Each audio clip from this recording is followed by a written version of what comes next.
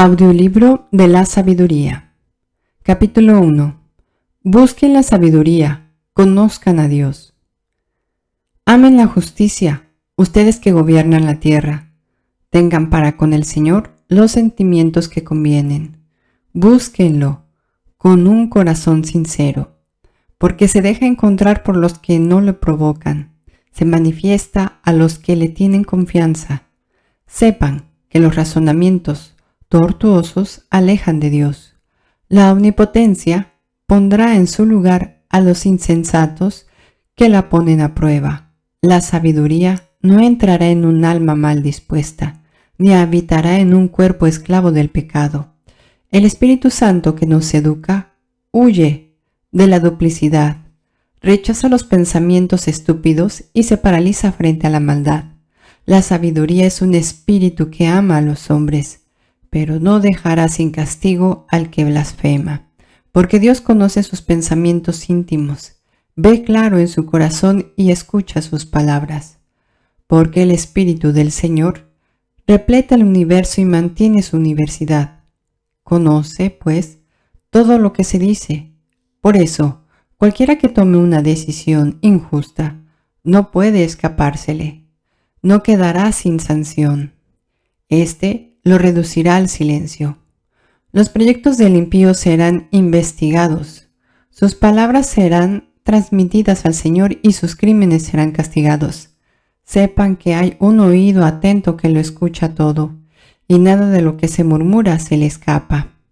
Déjense pues de quejas injustificadas, eviten los propósitos condenables, pues ni siquiera la palabra dicha en secreto queda sin consecuencias y la boca mentirosa mata al alma.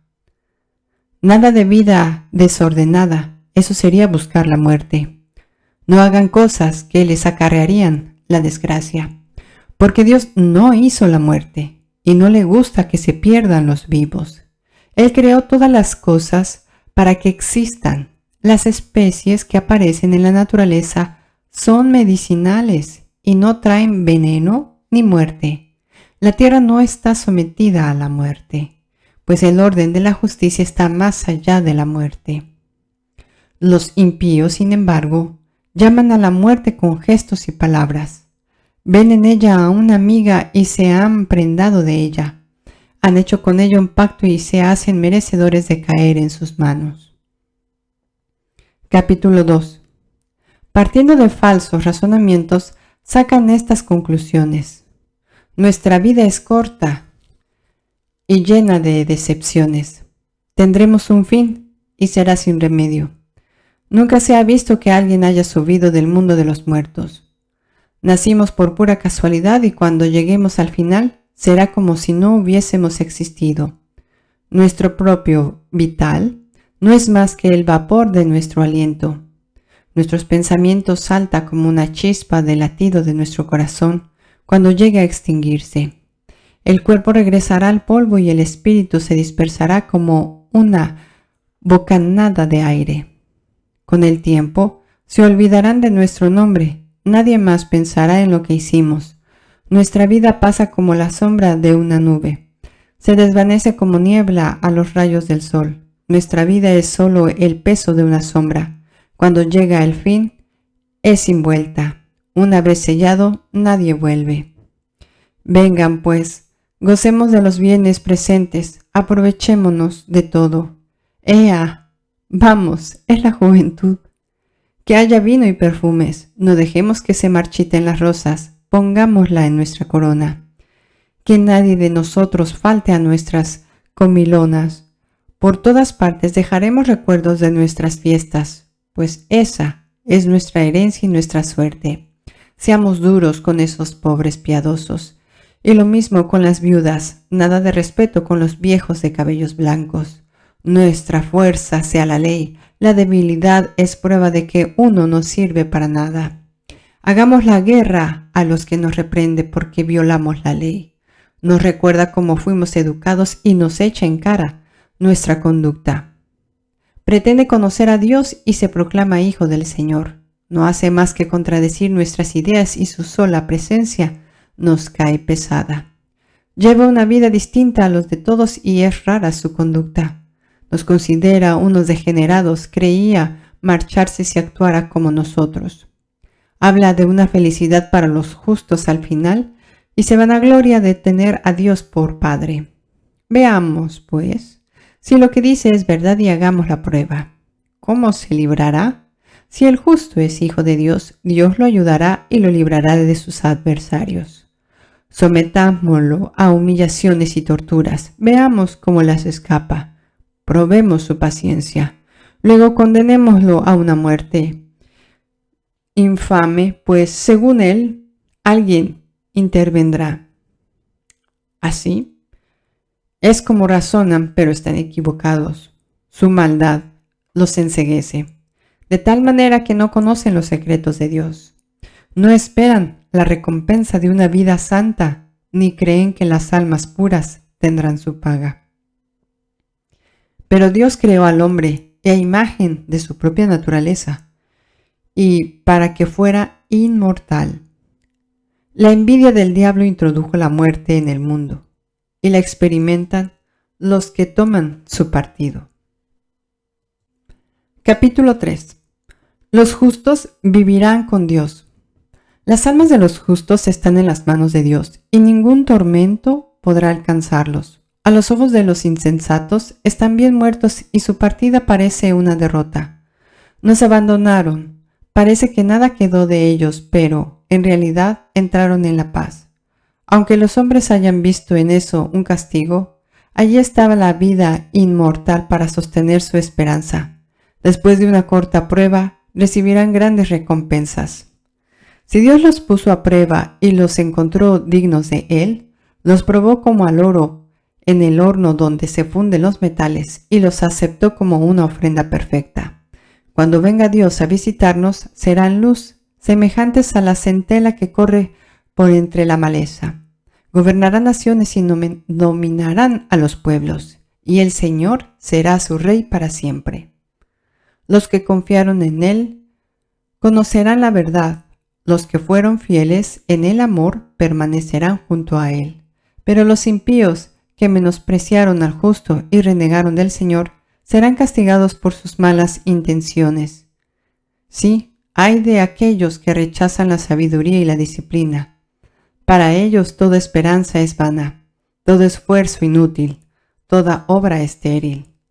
También son estúpidas sus mujeres y sus hijos perversos.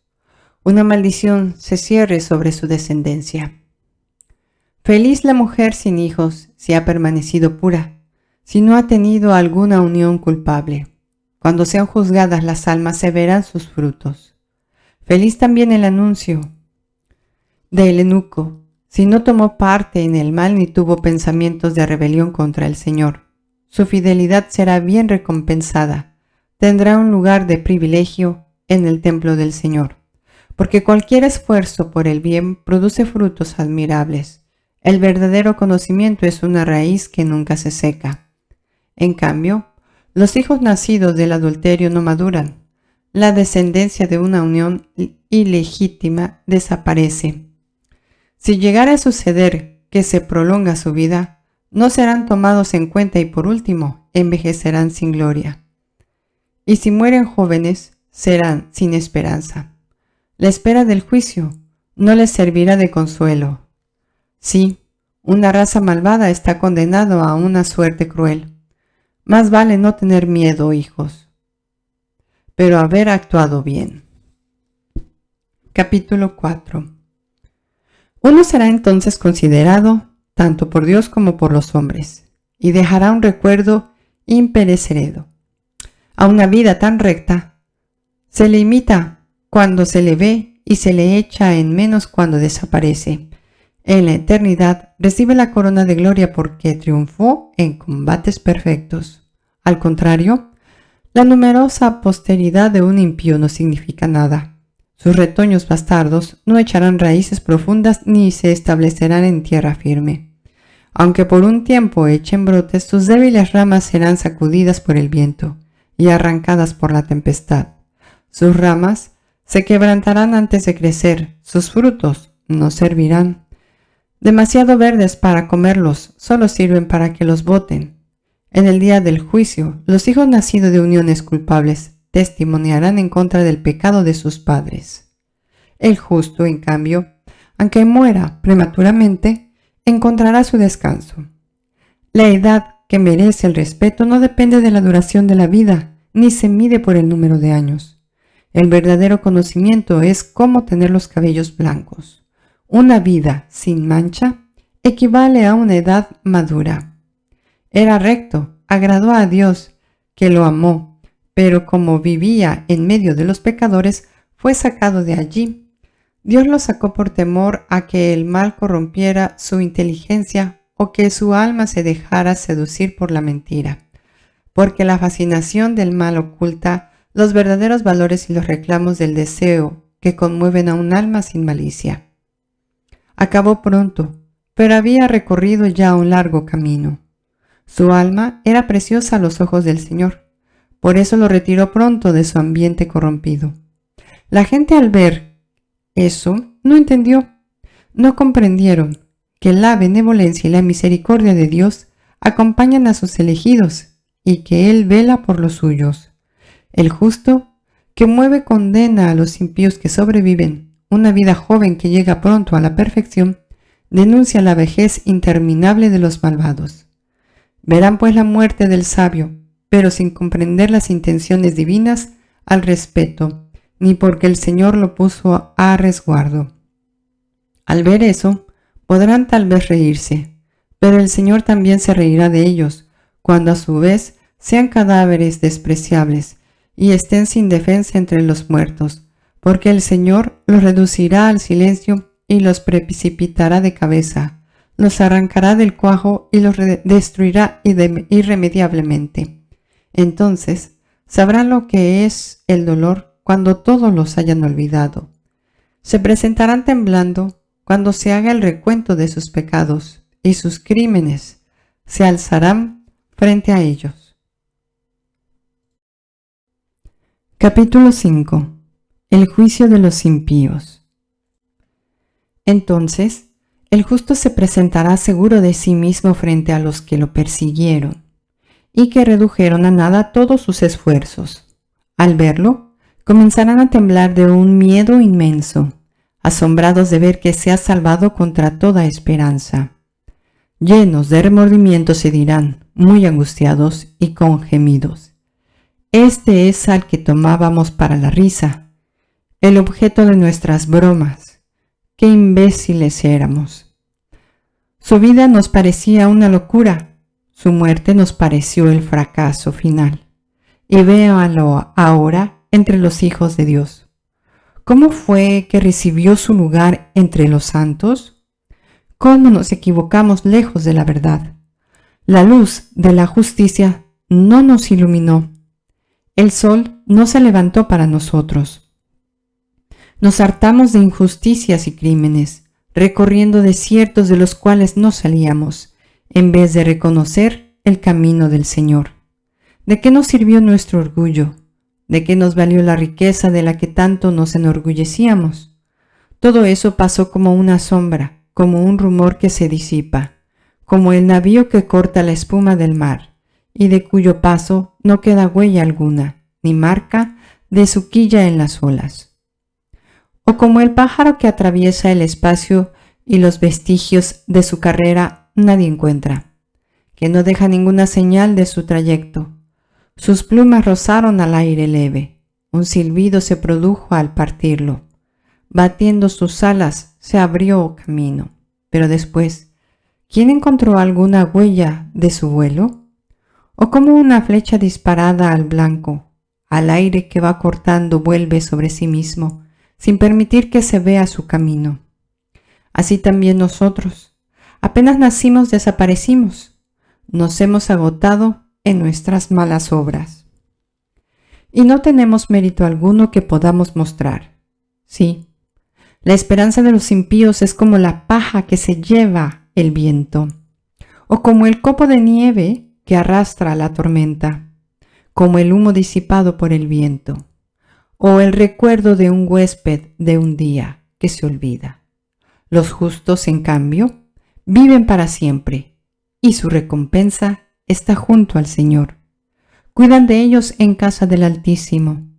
Recibirán de manos del Señor la corona magnífica, la diadema radiante.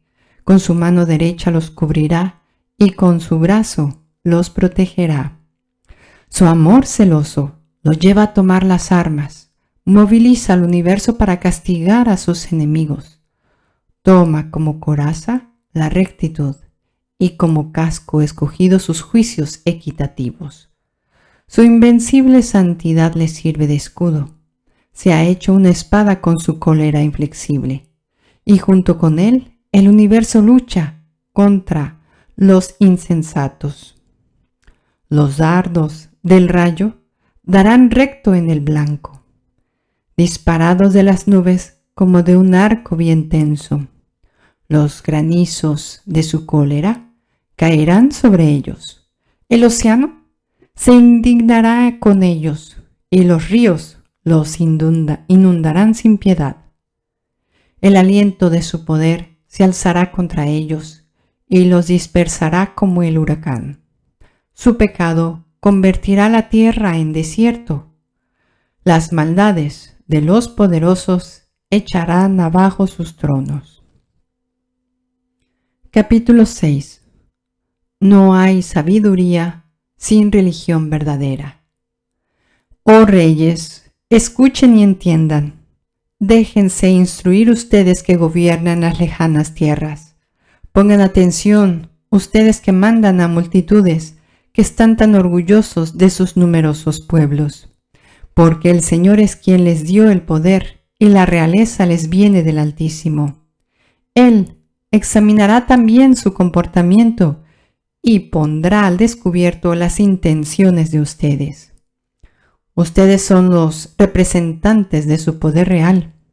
Ahora bien, si no han juzgado conforme a la justicia, ni han observado su ley, ni procedido según la voluntad de Dios, los declarará culpables bruscamente de manera terrible. Porque rigurosa es la sentencia para la gente que tiene un alto puesto. Se tiene compasión de los pequeños y se les perdona, pero los poderosos serán controlados estrictamente. El amo universal no teme a nadie y las dignidades humanas no le impresionan. Él hizo a los pequeños y a los grandes. Él se preocupa por todos, pero a los poderosos se les examinará más a fondo. A ustedes, pues, príncipes, me dirijo para que aprendan la sabiduría y no caigan, porque los que observan santamente las leyes santas se harán santos, y los que hayan profundizado encontrarán en ellas su defensa. Sean pues ávidos de mis palabras y búsquenlas, los instruirán. La sabiduría es la luz y no se toma opaca. Se muestra con gusto a los que la aman. Se deja encontrar por los que la aman. Sale al encuentro de los que la quieren conocer. El que por ella se levantó temprano, casi no tendrá que esforzarse. La hallará sentada a su puerta. Apasionarse por ella es la mejor de las ambiciones. El que trasnocha a causa de ella entrará pronto sin preocupaciones. Ella misma sale en busca de los que son dignos de ella. Se muestra con benevolencia en sus caminos, sale a su encuentro en todos sus pensamientos. El comienzo de la sabiduría es un verdadero deseo de formarse. Buscar la instrucción es amarla. El que la ama observa sus leyes. El que obedece sus leyes se asegura la vida que no perece. Y la vida que no perece nos pone muy cerca de Dios. Vean, pues, de qué manera la sabiduría nos lleva a la realeza. Pues bien, soberanos de los pueblos, si aprecian el trono y las insignias del poder, honren a la sabiduría y reinarán por siempre. Les voy a decir lo que es la sabiduría y cuál es su origen. No les ocultaré secreto alguno. Quiero seguirla desde sus comienzos y exponerles claramente, sin apartarme de la verdad, todo lo que de ella se puede saber. Porque aquí no hay secretos que guardar celosamente. Eso no tendría nada que ver con la sabiduría. Si se multiplicaran los sabios, sería la salvación del mundo, porque un rey inteligente hace la prosperidad de su pueblo. Instrúyanse pues por medio de mis palabras y con ello obtendrán beneficios. Capítulo 7. No soy más que un mortal como todos los demás, un descendiente del primero que fue formado de la tierra. Mi cuerpo se elaboró en un vientre de mi madre. Durante 9 meses, 10 meses fui modelado en su sangre, a partir del semen viril y del placer compartido en una cama. Una vez nacido, respiré el mismo aire que los demás y vine a caer en la misma tierra. Lancé el primer grito y lloré como ellos. Me envolvieron en pañales y cuidaron de mí. Ningún rey comenzó su vida de otra manera. La vida solo tiene una entrada y la salida es la misma para todos. Oré y me fue dada la inteligencia. Supliqué y el espíritu de sabiduría vino a mí. La preferí a los cetros y a los tronos, y estimé en nada la riqueza al lado de ella. Vi que valía más que las piedras preciosas. El oro es solo un poco de arena delante de ella, y la plata menos que el barro. La amé más que a la salud y a la belleza, incluso la preferí a la luz del sol, que su claridad nunca se oculta. Junto con ella me llegaron todos los bienes. Sus manos estaban repletas de riquezas incontables. Recibía con alegría todas esas cosas que me proveía la sabiduría, pero todavía no sabía que la sabiduría era su madre. Estudié de manera desinteresada, por eso la comparto sin segundas intenciones. Es una riqueza que no esconderé, porque la sabiduría es para los hombres un tesoro inagotable. Los que la adquieren se hacen amigos de Dios, debido a los frutos de su educación. Que Dios permita que pueda hablar correctamente de ella y apasionarme por ella en la medida de los beneficios recibidos, porque Él es quien conduce a la sabiduría y dirige a los sabios. Estamos en las manos de Dios, nosotros. Nuestras palabras, nuestras reflexiones y nuestras habilidades. Él me dio el verdadero conocimiento de la realidad, la constitución del universo y las propiedades de los elementos, el comienzo, el fin y el entretiempo, las posiciones del sol y la alternancia de las estaciones, los ciclos del año y el movimiento de las estrellas, las diferentes especies y el comportamiento de las fieras salvajes, el poder de los espíritus y los problemas de los hombres, la variedad de las plantas y las propiedades de sus raíces. Supe, pues, todo lo que está oculto y todo lo que se ve, puesto que la sabiduría que lo ha hecho todo me lo enseñaba. En ella se encuentra un espíritu inteligente, santo, único, múltiple, ágil, móvil, penetrante, puro, limpio. No puede corromperse, orientado al bien y eficaz. Es un espíritu irresistible, bienhechor, amigo de los hombres, firme, seguro, apacible, que lo puede todo y que vela por todo. Impregna a todos los otros espíritus por inteligentes, puros y sutiles que sean. La sabiduría es más movible que cualquier cosa. Gracias a su fuerza atraviesa y lo penetra todo. Se desprende como un vapor del poder de Dios. Es una emanación muy pura de su gloria. Por eso, nada de sucio se introduce en ella. Es la irradiación de la luz eterna. El espejo sin tacha de la actividad de Dios y la imagen de su perfección. Es una, pero lo puede todo. Sin salir de sí misma, lo renueva todo. De generación en generación pasa las almas santas, de las cuales hace amigos de Dios y profetas. Porque Dios solo ama al que vive con la sabiduría. Es más bella que el sol y supera cualquier constelación. Comparada con la luz, le gana, porque la noche sucede al día, mientras que el mal jamás vencerá a la sabiduría. Capítulo 8. Sí, la sabiduría se extiende de un extremo al otro de la tierra y en todas partes que pone orden. La amé y la deseé desde mi juventud. Traté de tomarla por esposa porque estaba enamorado de su belleza. El hecho de que esté cerca de Dios hace resaltar su nombre, su noble origen. El dueño de todas las cosas la amó. Fue iniciada en el conocimiento mismo de Dios y ella decide qué obras hay que realizar. Si lo que desea en el mundo es la riqueza, ¿acaso hay riqueza más grande que la sabiduría que todo lo realiza?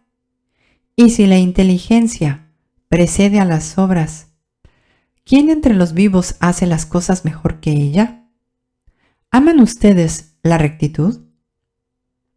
Sepan que todas las virtudes son fruto de su trabajo.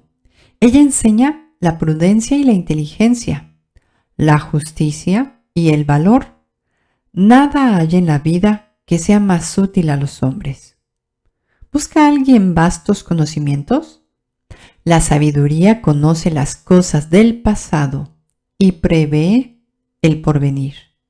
Sabe interpretar los discursos y resolver los enigmas. Anuncia de antemano las señales de la naturaleza y los prodigios, el fin de las épocas y de los tiempos. Por eso decidí tomarla como compañera de vida.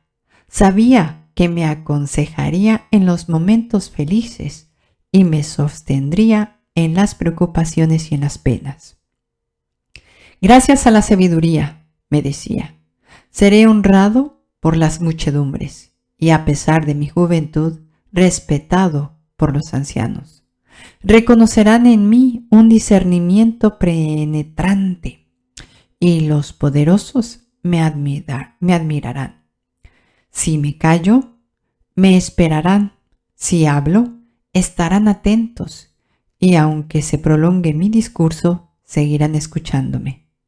Gracias a la sabiduría obtendré la inmortalidad y dejaré un recuerdo eterno a los que vendrán después de mí.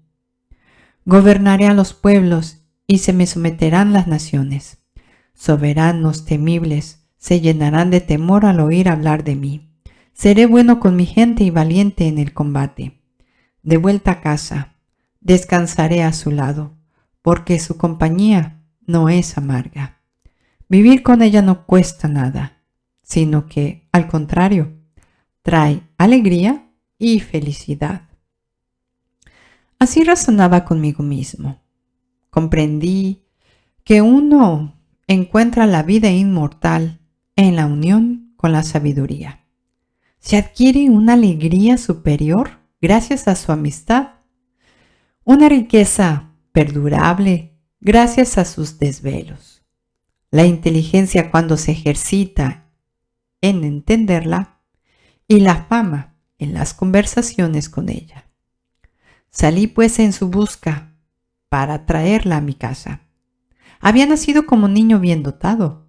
había recibido como herencia un alma buena, o más bien, siendo bueno, había llegado con un cuerpo sin defectos, pero también comprendía que el único medio para tenerla era que Dios me la diera. Y ya era una señal de inteligencia el haberlo comprendido. Por eso me volví al Señor y le supliqué, y le dije con todo mi corazón. Capítulo 9. Oración para obtener la sabiduría. Dios de nuestros padres, Señor de misericordia, por tu palabra hiciste todas las cosas, y por tu sabiduría formaste al hombre para que domine a todas las criaturas por debajo de ti, para que gobierne el mundo con santidad y justicia, y tome sus decisiones con recta conciencia. Dame, pues, la sabiduría para compartir tu trono, y no me excluyas del número de tus hijos. Mírame, soy tu sirviente, el hijo de tu esclava, un hombre débil cuya vida es breve, demasiado limitado para comprender la justicia y las leyes. Ni siquiera el más perfecto de los hombres será algo sin la sabiduría que viene de ti. Me elegiste como rey de tu pueblo, como juez para tus hijos y tus hijas. Me has dicho que te construya un templo en la montaña santa, un altar en la ciudad donde habitas, a semejante de esta tienda celestial que habías preparado para ti desde el principio. Junto a ti está esa sabiduría que conoce todas tus obras, que estaba contigo cuando hacías el mundo, que sabe lo que te agrada y está de acuerdo con tus mandamientos. Haz que descienda desde el cielo, donde todo es santo. Envíala desde tu trono glorioso, para que esté a mi lado en mis trabajos y sepa lo que te gusta. Porque ella todo lo conoce y lo comprende. Ella me guiará con prudencia en todo lo que haga, y su majestad me protegerá. Entonces te serán agradables mis obras. Gobernaré a tu pueblo con justicia y seré digno del trono de mi Padre. ¿Quién en realidad podría conocer la voluntad del Señor? ¿Quién se apasionará por lo que quiere el Señor? La razón humana avanza tímidamente. Nuestras reflexiones no son seguras, porque un cuerpo perecible pesa enormemente sobre el alma, y nuestra cáscara de arcilla paraliza al espíritu que está siempre en vela. Si nos cuesta conocer las cosas terrestres y descubrir lo que está al alcance de la mano, ¿quién podrá comprender lo que está en los cielos? ¿Y quién podrá conocer tus intenciones si tú no le has dado primero la sabiduría y no le has enviado de lo alto el Espíritu Santo? Así fue como los habitantes de la tierra pudieron corregir su conducta. Al saber lo que te agrada, fueron salvados por la sabiduría. Capítulo 10. El papel de la sabiduría a lo largo de los siglos. La sabiduría protegió al Padre del mundo, a ese primer hombre que fue formado por Dios y que fue creado como único. Lo levantó de su caída y le dio la fuerza para que dominara todas las cosas. El hombre se alejó de ella. Arrastrado por su propio furor, se hizo malo hasta matar a su hermano. Y se perdió junto con su arrebato. Pero cuando, por culpa de él, las aguas inundaron la tierra, la sabiduría lo salvó una vez más. Ella guiaba su barca. Más tarde, los pueblos se juntaron para hacer el mal, y la discordia se instaló en medio de ellos. La sabiduría reconoció entonces a otro justo, lo mantuvo irreprochable delante de Dios y le dio la fuerza para sobreponerse a la ternura por su hijo. Ella también libró al justo en su huida, cuando bajaba el fuego sobre las 5 ciudades para aniquilar a los impíos, y aún hasta ahora permanece un testigo de su perversidad. Una tierra árida y siempre humeante, arbustos cuyos frutos no maduran, una columna de sal en recuerdo de lo que no creyó. Los que se apartaron del camino de la sabiduría no solo fueron castigados perdiendo su felicidad, sino que sus ruinas están allí como un recuerdo para todos los vivos, para que sus pecados no sean nunca olvidados. En cambio, la sabiduría libró de sus problemas a los que le servían, condujo por caminos seguros al justo que huía de la cólera de sus hermanos. Le mostró el reino de Dios y le permitió que conociera a los santos ángeles. Hizo que tuviera éxito en sus trabajos y que fructificaran sus esfuerzos. Lo defendió contra la avaricia de sus amos y lo hizo muy rico. Lo guardó de sus enemigos y lo protegió de los que le tendían trampas. Le dio la victoria en un rudo combate para hacerle entender que la piedad es más poderosa que cualquier otra cosa. La sabiduría no abandonó al justo. Cuando lo vendieron, lo perseveró del pecado. Descendió con él al pozo y no lo dejó solo en la prisión. Muy por el contrario, le confió el poder en el reino y le dio autoridad sobre los que habían perseguido. Hizo que quedara al descubierto la mentira de sus calumniadores y le consiguió una gloria que no pasará. La sabiduría arrancó al pueblo santo, a la raza irreprochable, de manos de la nación opresora. Entró en el alma de un servidor del Señor para hacer frente a reyes temibles, por medio de señales y prodigios. Le dio al pueblo santo el pago por sus penas. Los siguió por su camino asombroso. Los cubría con su sombra durante el día y los alumbraba como un astro durante la noche. Los hizo pasar del Mar Rojo, atravesaron las inmensas aguas. Ella se tragó a sus enemigos, para luego echar sus cuerpos a lo más profundo del mar. De ese modo, los justos despojaron a los impíos, cantaron himnos a tu santo nombre. Oh Señor, con solo su corazón te dieron gracias, porque tú los habías librado. Porque el Señor abre la boca de los mudos y hace hablar a los pequeñines.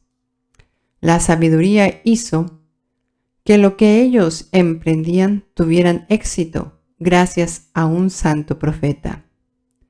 Atravesaron un desierto deshabitado y levantaron sus tiendas en lugares inaccesibles.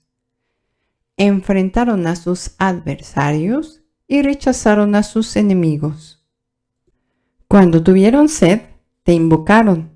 Les diste el agua que brotó de una roca dura. Sí, una piedra tosca calmó su sed.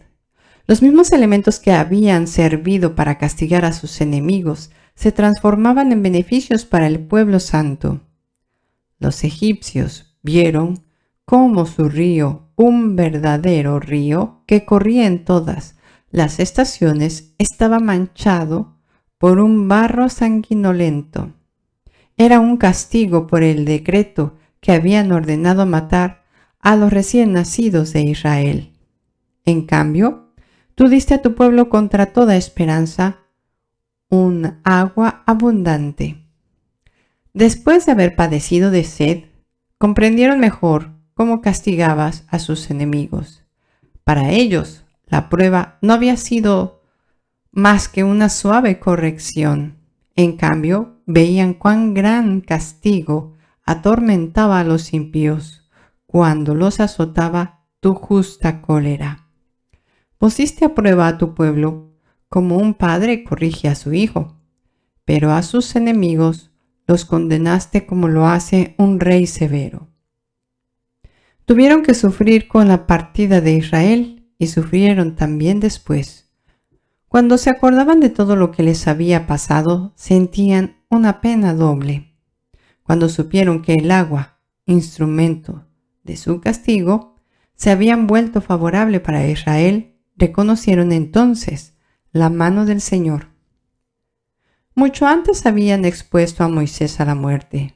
Más tarde lo habían rechazado con desprecio, pero ahora lo admiran debido a esa sed que los devoraba a ellos y no a los justos. Su mal corazón los había extraviado. Era una locura que adoraran a reptiles irracionales y viles animales. Por eso, en castigo, les enviaste nubes de insectos para hacerles ver que se los castigaba por lo mismo que habían pecado. Tu mano poderosa solo tenía que elegir. Como tú creaste el mundo a partir de una materia informe, habrías podido enviar contra ellos sin dificultad bandadas de osos o leones indomables. Para castigar, los habías podido crear nuevas especies, animales llenos de furor, que respiraran fuego, cuyas narices lanzaran un vapor ardiente, cuyos ojos emitieran relámpagos terribles. Con solo verlos, antes de ser atacados, se habrían muerto de espanto. Pero aún así, sin eso, bastó que tu justicia los persiguiera, que tu poderoso aliento los dispersara, pues podías derribarlos de un soplido. No lo quisiste, porque respetas totalmente lo que has dispuesto, mesura, número y peso. En realidad, tú puedes imponerte soberanamente. ¿Y quién podría oponerse a la fuerza de tu brazo? El mundo entero está delante de ti como un grano en la balanza, como una gota de rocío que cayó al suelo de madrugada. Pero, porque lo puedes todo, tienes piedad de todos y parece como que no hicieras caso de los pecados de los hombres para que así se arrepientan. Porque tú amas a todos los seres. Tú no detestas nada de lo que has hecho. Si no los hubieras querido, no los habrías hecho. ¿Cómo podría durar una cosa que tú no quisieras? ¿Cómo podría subsistir si tú no lo hubieras llamado? Pero tienes lástima de todo, porque todo te pertenece. Oh Señor, que amas la vida. Capítulo 12. Y tú, Espíritu imperecedero, está en todo. Así es como corriges de un poco a los que pecan. Les haces ver, mediante tus correcciones, en que han pecado, para que renuncien al mal y crean en ti, Señor. Así pasó con los antiguos habitantes de tu tierra santa. Los aborrecías debido a sus prácticas detestables, su brujería y sus ritos impíos, el asesinato sin piedad de niñitos, los banquetes sanguinarios en que comían la carne humana con la sangre y las entrañas mientras celebraban sus cultos secretos. Habías decidido acabar con esos padres asesinos de seres indefensos por medio de nuestros padres. Querías que ésta, a la que quieres más que a las demás, fuese la patria de los hijos que Dios, dignos de ella. Pero incluso con estos antiguos habitantes diste muestra de moderación, porque eran seres humanos. Les enviaste como vanguardia de tu ejército, avispas para que los destruyeran poco a poco. Sin duda, habrías podido aplastar a los impíos por medio de los justos a través de una batalla, o aniquilarlos de un solo golpe por medio de fieras terribles o con una sola palabra salida de ti. Pero, al castigarlos progresivamente, les dabas oportunidad para que se arrepintieran. No ignorabas, sin embargo, que su interior era perverso y que su maldad era innata, y que no cambiarían, porque su raza había sido declarada maldita desde el principio. De todos modos, no fue por medio por miedo a alguien que dejaste sin castigo a sus crímenes. ¿Por qué? ¿Quién podría decirte qué has hecho? ¿Quién podría ponerse a tus decisiones? ¿Quién podría llamarte la atención por aniquilar a naciones que tú creaste? ¿Quién te impediría castigar a los hombres injustos?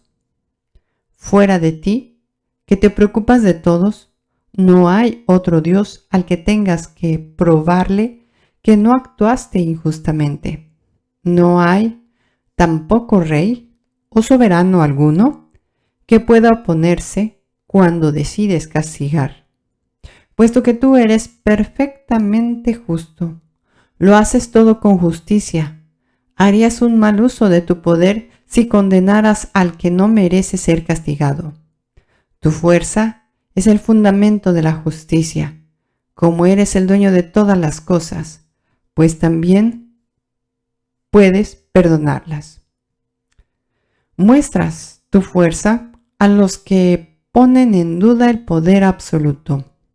Castigas la audacia de los que lo desafían, pero aunque seas un Señor poderoso, juzgas con moderación y nos gobiernas con mucha paciencia, porque eres libre de intervenir cuando quieras. Al actuar así, le has mostrado a tu pueblo que el justo debe amar a todos los hombres y has dado a tus hijos esa dulce esperanza de que después del pecado les permites que se arrepientan. Incluso con los cananeos, enemigos de tus hijos y dignos de muerte, actuaste con moderación e indulgencia para darles tiempo y oportunidad a que se convirtieran. Pero con tus hijos actuaste todavía con más miramientos, ya que estabas ligado a sus antepasados por juramentos, alianzas y tantas obras bellas, promesas. De tal manera que cuando castigas a nuestros enemigos con moderación, lo haces para que aprendamos, para que pensemos en tu bondad cuando nos toque ser jueces, y para que confiemos en tu misericordia cuando seamos juzgados. A los que vivían alocadamente en el mal, los castigaste por medio de sus ídolos abominables. Habían llegado muy lejos por los caminos del error, tomando como dioses a los animales más feos y más despreciables. Se habían dejado engañar como niños sin juicio. Así como hay niños que no piensan, les dirigiste primero una leve advertencia, pero no comprendieron esos benignos reproches, así que merecían experimentar el juicio de Dios. En medio de sus sufrimientos, se indignaron con esos animales a los que habían tomado por dioses y que ahora se transformaban en los instrumentos de su castigo. Entonces descubrieron y reconocieron como Dios al que antes se negaban a ver, ese fue el motivo del castigo supremo que recayó sobre ellos. Capítulo 13. El error de los que adoran las fuerzas de la naturaleza. La incapacidad natural del hombre se revela en su ignorancia de Dios. Todo lo que admiran por su valor no los llevó a reconocer al que es. Se quedaron con las obras y no reconocieron al artesano. Consideraron como dioses que gobiernan el mundo tanto al fuego como al viento, a la brisa, al firmamento estrellado, al agua impetuosa o a las luminarias del cielo. Fascinados por tanta belleza, los consideraron como dioses, pero entonces ¿no debieron haber sabido que su soberano es todavía más grande? Porque solo con criaturas del que hace que aparezca esta belleza. Si están impresionados por su fuerza y su actividad, debieron haber comprendido que su Creador es más poderoso aún, porque la grandeza y la belleza de las criaturas dan alguna idea de que les dio el ser. Pero quizás no haya que criticar tanto a esa gente. Tal vez se extraviaron cuando buscaban a Dios y querían encontrarlo.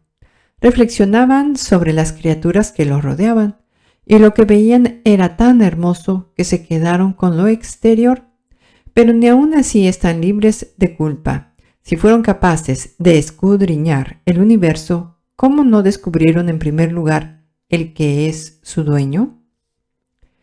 Cuanta más pena dan los que ponen su confianza en cosas muertas y que dan el nombre de dioses a lo que ha salido de manos humanas, oro, plata cincelada, figuras de animales y hasta la piedra inservible que un buen día fue esculpida por alguien.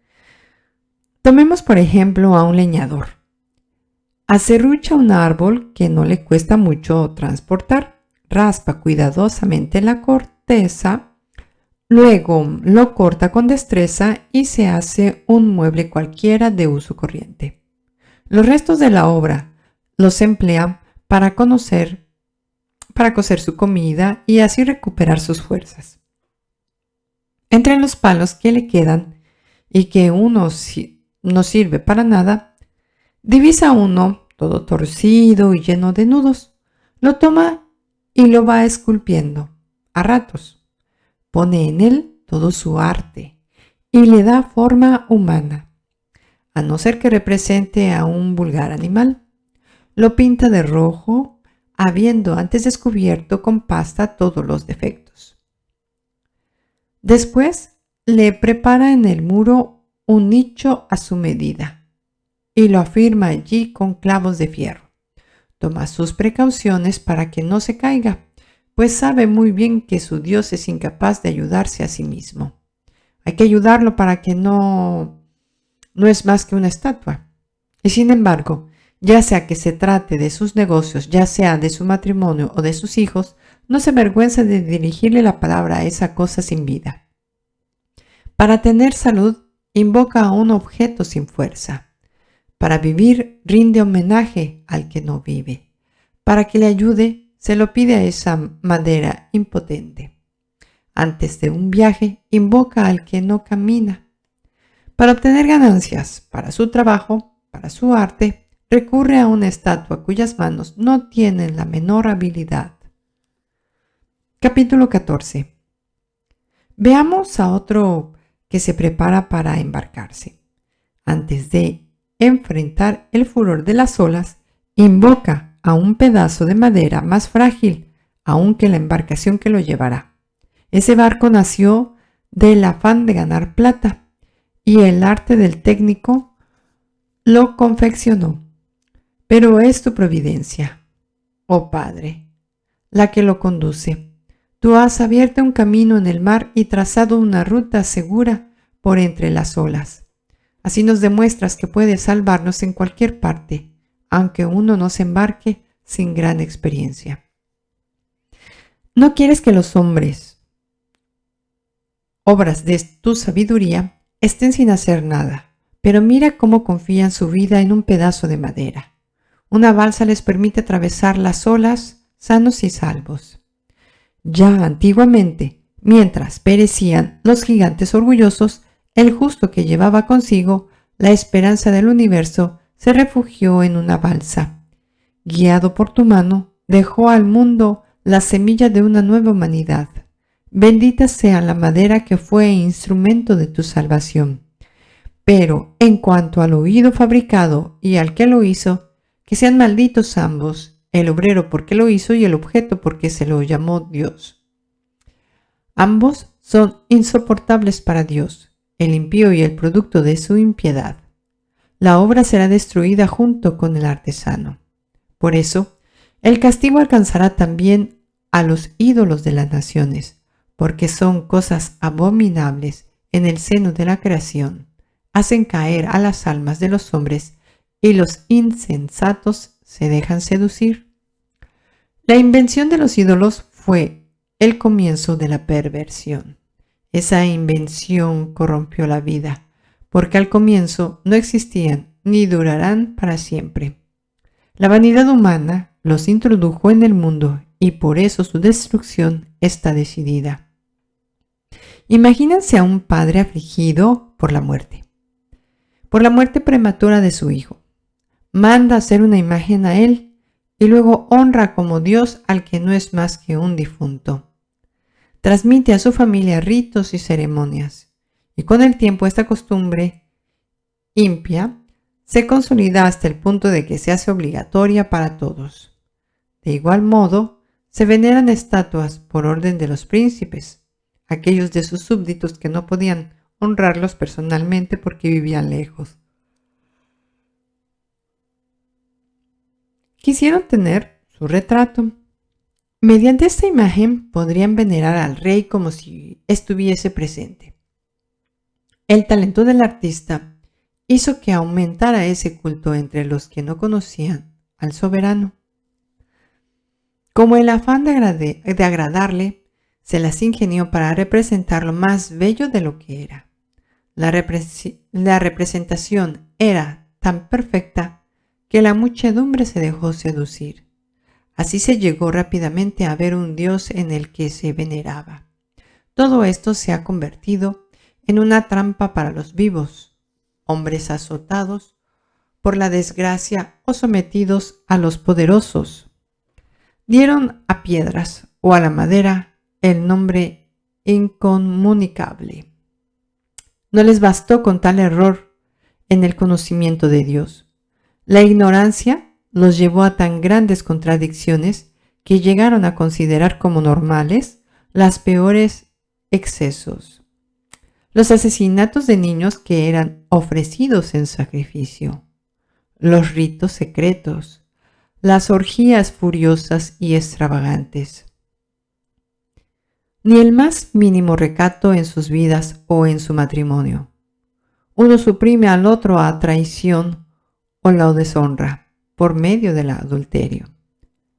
Por todas partes solo hay sangre y muerte, robos, fraudes, corrupción, mala fe, revueltas, perjuicios, confusión en la gente buena, olvido de los favores, escándalos, prácticas antinaturales, desórdenes en el matrimonio, adulterio, libertinaje. El culto a los dioses, que ni siquiera merecen tal nombre, es el comienzo, la causa y el fin de todo mal. Hay algunos a los que les gusta excitarse hasta el delirio y entonces entregan falsos oráculos. Otros viven en el mal y llegan hasta el perjurio, sabiendo que se apoyan en ídolos sin vida.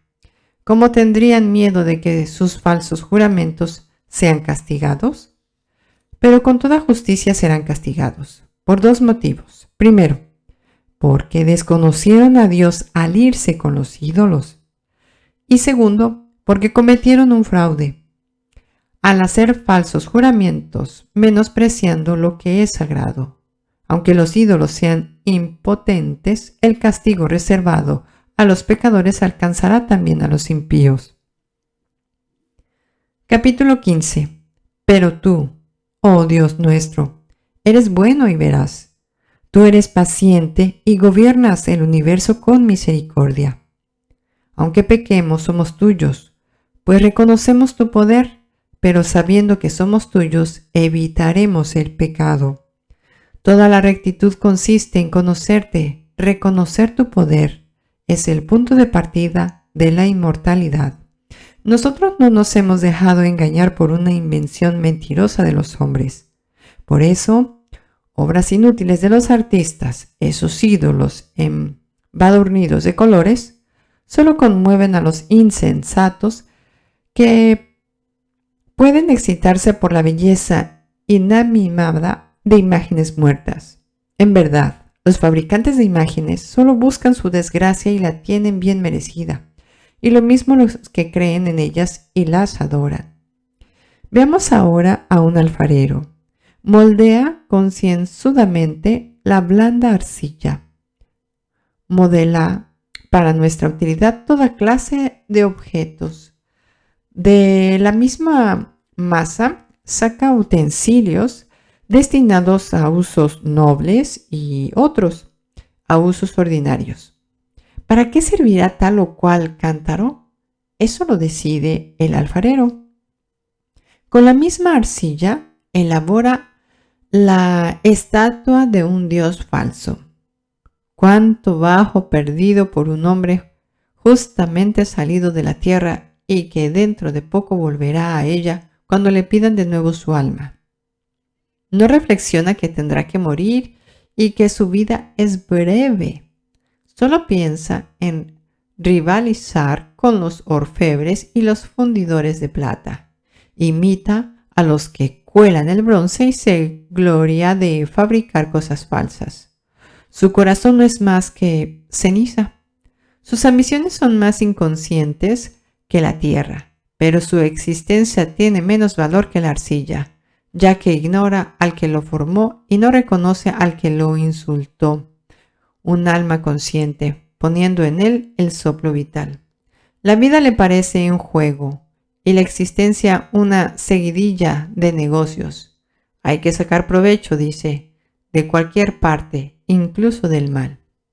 Ese hombre sabe mejor que los otros, que peca al fabricar de un mismo barro cosas e imágenes divinas. Pero los enemigos de tu pueblo, los que oprimieron, eran realmente insensatos y merecían más lástima que pobres niños ingenuos. Habían adoptado como dioses a ídolos venidos de todas las naciones, imágenes incapaces de ver con sus ojos, respirar con su nariz, oír con sus oídos. Pero no podían ni tocar con sus dedos ni caminar con sus pies. Eso era normal, pues fue un hombre quien los hizo. El que los elaboró no tenía vida que lo que se le dio, y ni siquiera era capaz de hacer un Dios que se le asegurase o que se mejorara, porque sus manos impías de mortal solo producían cosas muertas. Ese hombre tiene más valor que los objetos que adora. Él, por lo menos, vive, pero estos jamás. Esa gente adora hasta a las fieras más repugnantes, porque de hecho son más estúpidas que las demás. Estas no tienen absolutamente nada de atrayente y espantan a cualquier deseo de alabar a Dios y de darle gracias. Capítulo 16. Por eso, nuestros perseguidores fueron justamente castigados por animales de ese género y atormentados por una multitud de insectos. En cambio, a tu pueblo, en vez de castigarlo, lo colmaste de favores, le enviaste un alimento maravilloso, codornices, para saciar su hambre voraz. Cuando nuestros enemigos tengan hambre, sintieron asco ante el aspecto horroroso de los animales que les enviaste.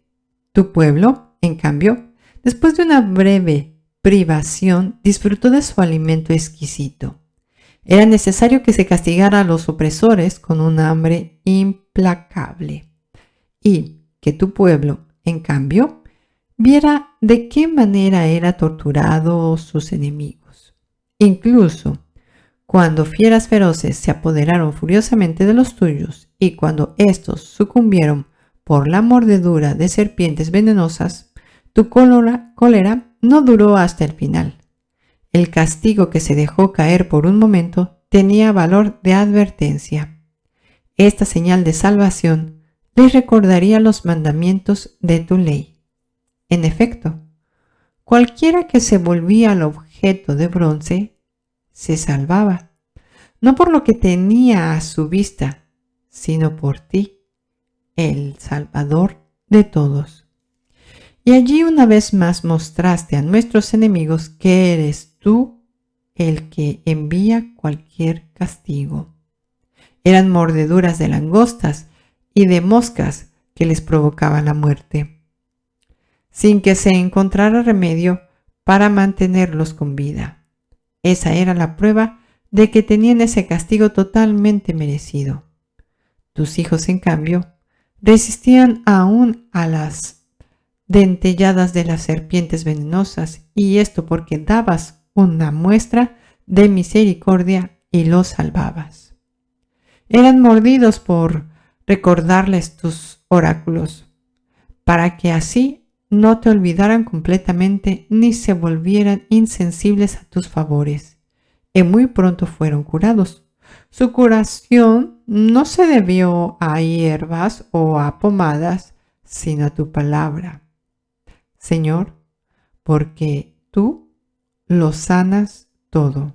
Sí, tú tienes poder sobre la vida y la mente y la muerte.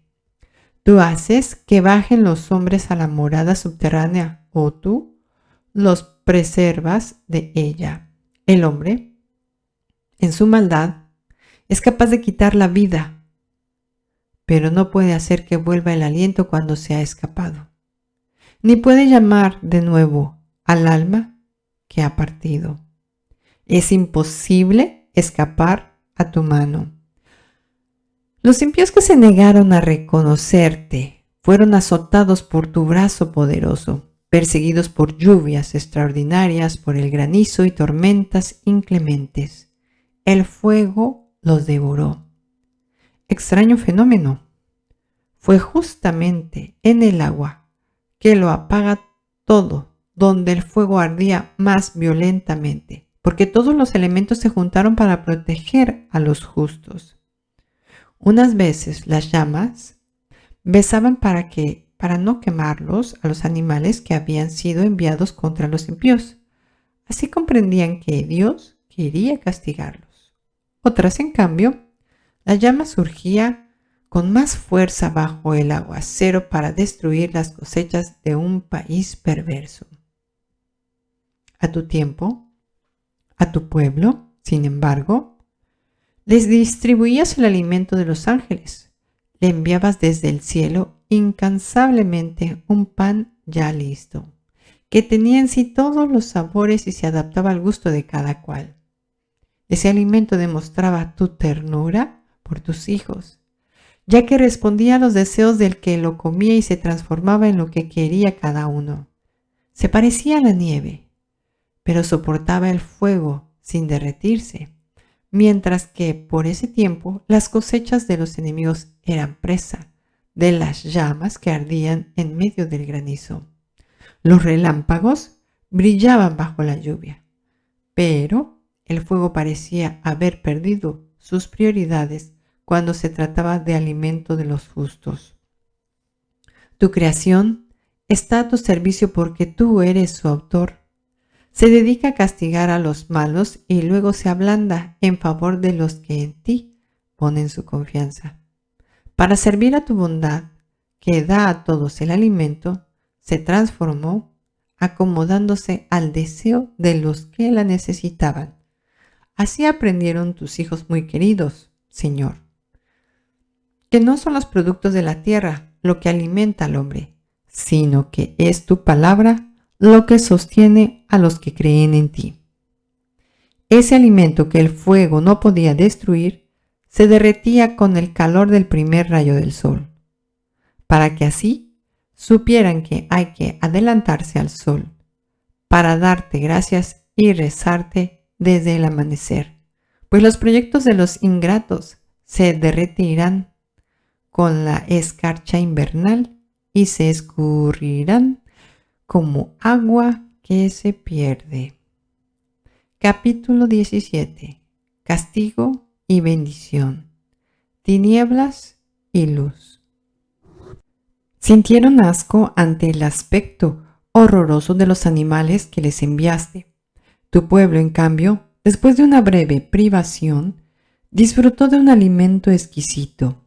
Era necesario que se castigara a los opresores con un hambre implacable, y que tu pueblo, en cambio, viera de qué manera eran torturados sus enemigos. Incluso cuando fieras feroces se apoderaron furiosamente de los tuyos y cuando estos sucumbieron por la mordedura de serpientes venenosas, tu cólera no duró hasta el final. El castigo que se dejó caer por un momento tenía valor de advertencia. Esta señal de salvación les recordaría los mandamientos de tu ley. En efecto, cualquiera que se volvía al objeto de bronce se salvaba, no por lo que tenía a su vista, sino por ti, el Salvador de todos. Y allí una vez más mostraste a nuestros enemigos que eres tú el que envía cualquier castigo. Eran mordeduras de langostas y de moscas que les provocaban la muerte, sin que se encontrara remedio para mantenerlos con vida. Esa era la prueba de que tenían ese castigo totalmente merecido. Tus hijos, en cambio, resistían aún a las dentelladas de las serpientes venenosas, y esto porque dabas una muestra de misericordia y los salvabas. Eran mordidos para recordarles tus oráculos, para que así no te olvidaran completamente ni se volvieran insensibles a tus favores. Y muy pronto fueron curados. Su curación no se debió a hierbas o pomadas, sino a tu palabra, Señor, porque tú lo sanas todo. Sí, tú tienes poder sobre la vida y la muerte. Tú haces que bajen los hombres a la morada subterránea, o tú los perversas de ella. El hombre, en su maldad, es capaz de quitar la vida, pero no puede hacer que vuelva el aliento cuando se ha escapado. Ni puede llamar de nuevo el alma que ha partido. Es imposible escapar a tu mano. Los impíos que se negaron a reconocer fueron azotados por tu brazo poderoso, perseguidos por lluvias extraordinarias, por el granizo y tormentas inclementes. El fuego los devoró. Extraño fenómeno fue justamente en el agua, que lo apaga todo donde el fuego ardía más violentamente, porque todos los elementos se juntaron para proteger a los justos. Unas veces las llamas besaban para no quemarlos a los animales que habían sido enviados contra los impíos. Así comprenderían que Dios quería castigarlos. Otras, en cambio, la llama surgía con más fuerza bajo el aguacero para destruir las cosechas de un país perverso. A tu pueblo, sin embargo, le distribuías el alimento de los ángeles. Le enviabas desde el cielo incansablemente un pan ya listo, que tenía en sí todos los sabores y se adaptaba al gusto de cada cual. Ese alimento demostraba tu ternura por tus hijos, ya que respondía a los deseos del que lo comía y se transformaba en lo que quería cada uno. Se parecía a la nieve, pero soportaba el fuego sin derretirse, mientras que por ese tiempo las cosechas de los enemigos eran presa de las llamas que ardían en medio del granizo. Los relámpagos brillaban bajo la lluvia, pero el fuego parecía haber perdido sus propiedades cuando se trataba del alimento de los justos. Tu creación está a tu servicio porque tú eres su autor. Se dedica a castigar a los malos y luego se ablanda en favor de los que en ti ponen su confianza. Para servir a tu bondad que da a todos el alimento, se transformó, acomodándose al deseo de los que la necesitaban. Así aprendieron tus hijos muy queridos, Señor, que no son los productos de la tierra lo que alimenta al hombre, sino que es tu palabra lo que sostiene a los que creen en ti. Ese alimento que el fuego no podía destruir se derretía con el calor del primer rayo del sol, para que así supieran que hay que adelantarse al sol para darte gracias y rezarte desde el amanecer, pues los proyectos de los ingratos se derretirán como la escarcha invernal y se escurrirán como agua que se pierde. Capítulo 17. Castigo y bendición. Tinieblas y luz. Qué elevados son tus designios y cuán difíciles de entender. Por eso, los que no lo conocen andan extraviados. Los impíos pensaban someter bajo su poder a la nación santa, pero se encontraron cautivos, prisioneros de una larga noche, encerrados bajo sus propios techos, desterrados lejos de tu infalible protección. Pensaban esconderse junto con sus pecados bajo el velo del olvido, pero fueron dispersados, sometidos a terribles horrores, aterrorizados por fantasmas. Los escondrijos donde se refugiaron no los pusieron al abrigo del miedo. Ruidos espantosos resonaban a su alrededor y se les aparecían espectros lívidos de rasgos lúgubres. Ningún fuego podía alumbrarles y el brillante resplandor de las estrellas no se atrevía a traspasar esa sombra noche. La única cosa que podían ver era un fuego terrible que no se extinguía, y cuando esa visión había ya desaparecido, en su terror exageraban todavía lo que acababan de ver. Las artimañas de la magia no sirvieron para nada, y su pretendida sabiduría recibió un tatuaje desmedido, porque aunque aquellos que se jactaban de sanar a los espíritus de sus perturbaciones y de sus temores, eran presa de un miedo ridículo. Aunque no hubiera nada que temer, el simple paso de un animal o el silbido de una serpiente bastaba para aterrorizarlos. Se morían en convulsiones de miedo, no atravesándose a mirar ese aire que nos rodea y del cual nadie podría huir, porque la maldad es miedosa, se condena a sí misma, perseguida por su conciencia, espera siempre lo peor. Tener miedo es simple, simplemente renunciar a la ayuda de la razón. Mientras menos se cuenta con esa ayuda interior, más aumenta la causa desconocida de sus sufrimientos. Esa noche había surgido de un mundo infernal, un mundo de la impotencia. Se había apoderado de ellos durante el sueño y los mantenía en la impotencia. A lo largo de toda esa noche, se veían perseguidos por espectros y permanecían clavados en su sitio. Un miedo horrible y súbito los embargaba. Cada uno permanecía donde había caído, inmovilizado en esa prisión sin grillos. Fuera labrador, pastor o trabajador solitario, cada uno había sido tomado de improviso, sin poder resistir. Una misma oscuridad los tenía a todos encadenados. Todos los llenaba de terror y los paralizaba. El murmullo de la brisa, el gorgojeo de un pajarillo entre las ramas o el ruido regular de una cascada o el estruendo de un desmoronamiento de piedras en una pendiente o la carrera invisible de animales saltando o un aullido de las fieras salvajes y el eco retumbante en las gargantas de las montañas. El resto del mundo disfrutaba de una brillante luz sin que nada les impidiera realizar sus trabajos.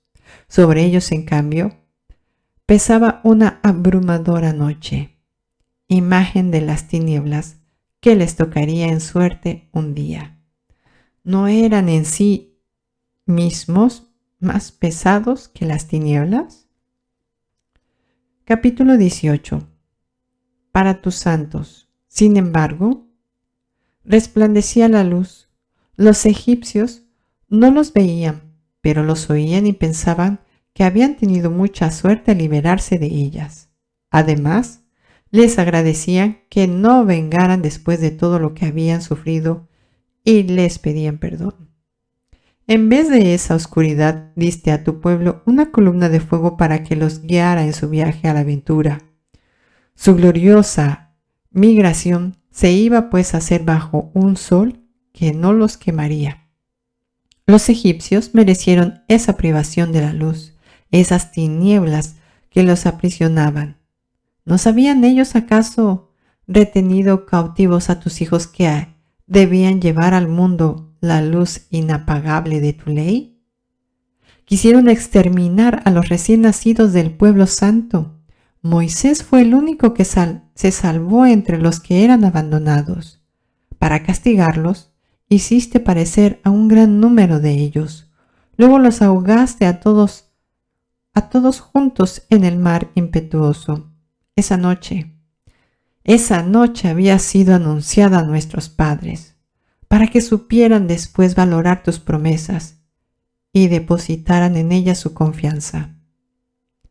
Tu pueblo, pues, aguardaba el momento en que los justos serían salvados y sus enemigos arruinados.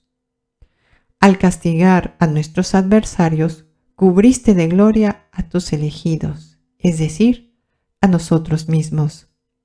Tus santos hijos, la raza de los buenos, ofrecieron pues en secreto el sacrificio y se comprometieron a observar esa ley divina. El pueblo seguiría siendo solidario tanto en los éxitos como en los peligros, después de lo cual entonaron los cantos de sus padres. En ese mismo momento le hacían eco los clamores confusos de sus enemigos, junto con los gritos lastimeros de los que lloraban a sus hijos. Una misma sentencia había castigado al servidor y a su patrón. El hombre del pueblo sufría lo mismo que el rey. Lloraban a sus innumerables muertos, derribados todos por la misma muerte. Los vivos no daban abasto para enterrarlos. La flor y nata de esa raza había aparecido en un instante. En un primer momento se habían negado a creer, engañados por sus magos, pero después de la muerte de sus primogénitos, reconocieron que este pueblo era hijo de Dios. Cuando todo estaba tranquilo en medio del silencio y había transcurrido la mitad de la noche, tu palabra omnipotente se lanzó desde lo alto de los cielos, donde está junto a tu trono real, y se precipitó como un guerrero furioso sobre el país condenado al exterminio. Llevaba como espada acerada tu irrevocable decisión. Tocaba el cielo y pisaba la tierra. Cuando golpeaba, esparcía la muerte por todas partes. De repente, se sintieron perturbados por apariciones y horribles pesadillas. Un terror indecidible se apoderó de ellos. Cuando caían agonizando en cualquier parte, sabían decir por qué morirán, por qué habían sido informados los sueños que los habían perturbado. No debían sucumbir sin saber por qué tenían que sufrir. Es cierto que los justos también experimentaron la muerte. El flagelo alcanzó a muchos de ellos en el desierto, pero la cólera de Dios no duró tanto. Un hombre intachable tomó inmediatamente su defensa con las armas de su ministerio, la oración y el incienso de los sacrificios expiatorios. Así enfrentó a tu cólera, Señor, y puso fin a su prueba. Vieron entonces que era tu servidor, pues puso fin a tu resentimiento, no con la fuerza física o la eficacia de las armas, sino con su palabra. Le recordó al exterminador las promesas y las alianzas pactadas antiguamente por nuestros padres. Cuando se interpuso, los muertos ya se apilaban. Puso fin a la cólera y le cerró el camino hacia los vivos. Todo el mundo estaba representado en su larga túnica. En las 4 hileras de piedras preciosas llevaba los nombres gloriosos de nuestros padres y en su cabeza la diadema de tu majestad. Al verlo, el exterminador retrocedió y tuvo miedo.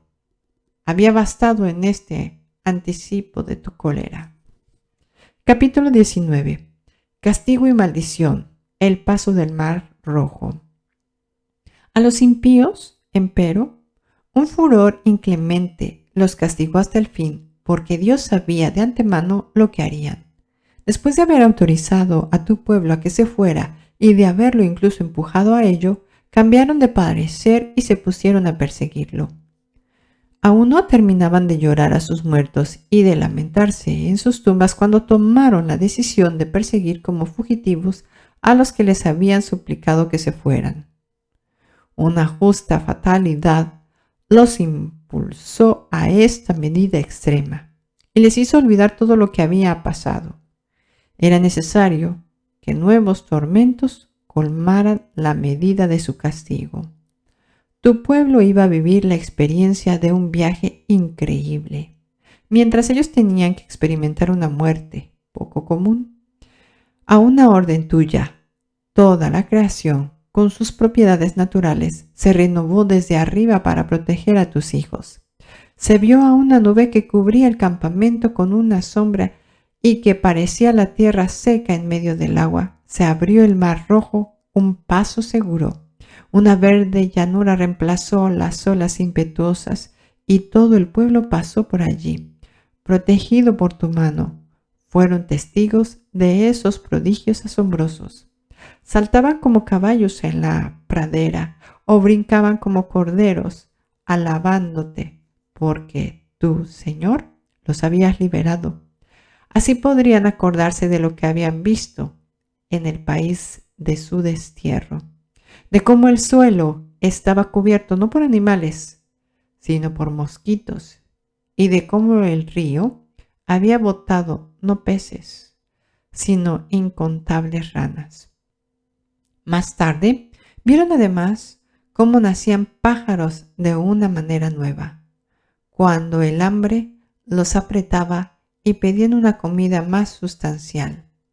Salieron codornices del mar para satisfacer sus necesidades.